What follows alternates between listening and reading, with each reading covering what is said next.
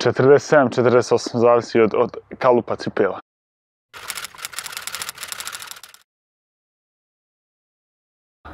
Pa većinom gledam filmove, igram PlayStation, eto i gledam reprezentativne utakmice kad su na TV. FIFA najviše.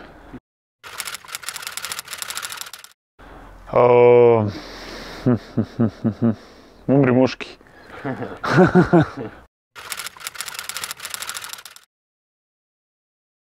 Pa sad trenutno navijam za Romu zato što je tamo Edin, a dobar sam sa njim, tako da to mi je nekako sad pratimo i Barcelonu zbog Miralema, tako da eto.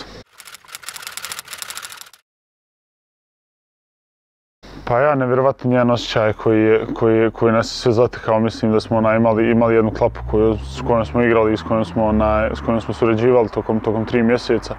Eto, donijeli smo tu neku radost Bosni i Hercegovini, jako sam ponosan na to i uvijek ću se rado sjećati tog trenutka. Pa eto, ja sam obavijestio i selektora i savez da hoću da igram.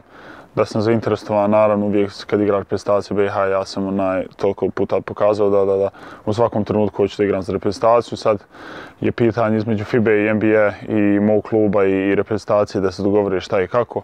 Moja želja postoji i dalje ćemo vidjeti.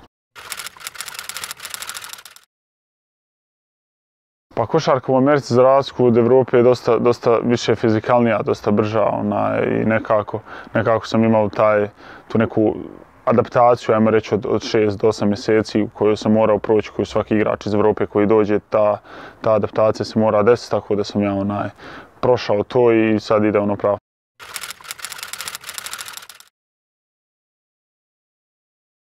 Pa što se tiče mog samog igranja, što se tiče ove 2 godine, ja sam dosta stvari popravio u svojoj igri, dosta zrelije izgledam na terenu, a što se tiče sve ukupno mog odrastanja nekog, mislim da sam dosta zreliji, dosta neke odluke donosim zrelije jer sam dosta stvari na svojoj koži proživio, tako da mislim da sam, ajmo reći, pametniji.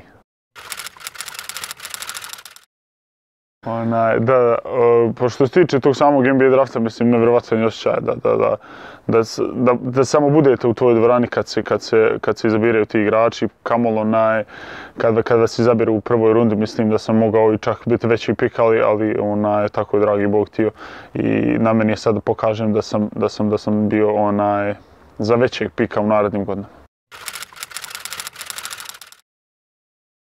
Tako je, u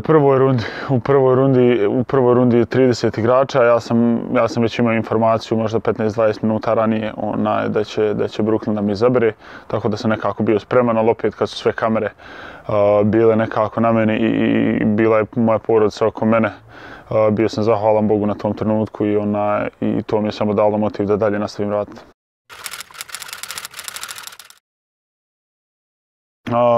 Mirza Delibaš, što se tiče Bosne i Hercegovine, mislim da je to neka osoba koju smo svi mi sportisti, košarkaši pratili i te neke videe koji su ostali od prije kad je on igrao, mislim da je to nešto što će zauvijek ostati. Što se tiče internacionalnog igrača, naravno to je Kobe Bryant koji je nažalost preminuo kako je preminuo, ali eto, ostala je legenda iza njega. Pa što se tiče te nesreće, mislim da je bilo nevjerovatna žalost, jer smo imali tu utakmicu sa New York Knicksima taj dan i na putu kad dvorani smo saznali svi to i čak se razmišljala ta utakmica da se otkaže, ali eto, odigrale su s dosta emocija i upravo NBA je pokazao zapravo kakav je to community gdje su oni svi držali se zajedno i jednostavno svi pokazali respekt prema takvoj legendi.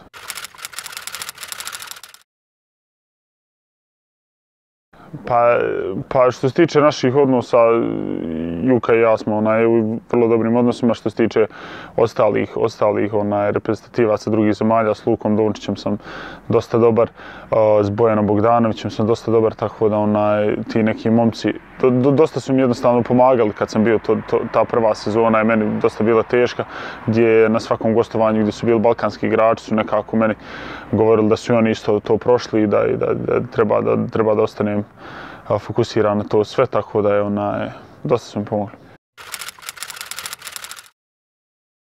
Pa, Nisam dugo bio u Bihaću i ne provodim baš previše vremena ovdje, naravno uvijek se rado vratim u rodni grad, ali jednostavno te neke obaveze me nisu dozvoljavali da dođem u Bihać, ali uvijek se sjetim tih nekih dana kad smo tek počinjali igrati tog basketa prvi put, tako da sam nekako emocijama vezan za njih.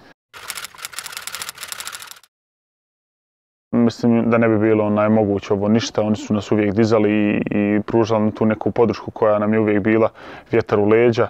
Ja sjećam svoje prve utakmice protiv Švedske u Skenderi gdje je bila puna dvorana i gdje su upravo BiH fanatikosi počeli skandirati moje ime i otac su oni za mene kao braća.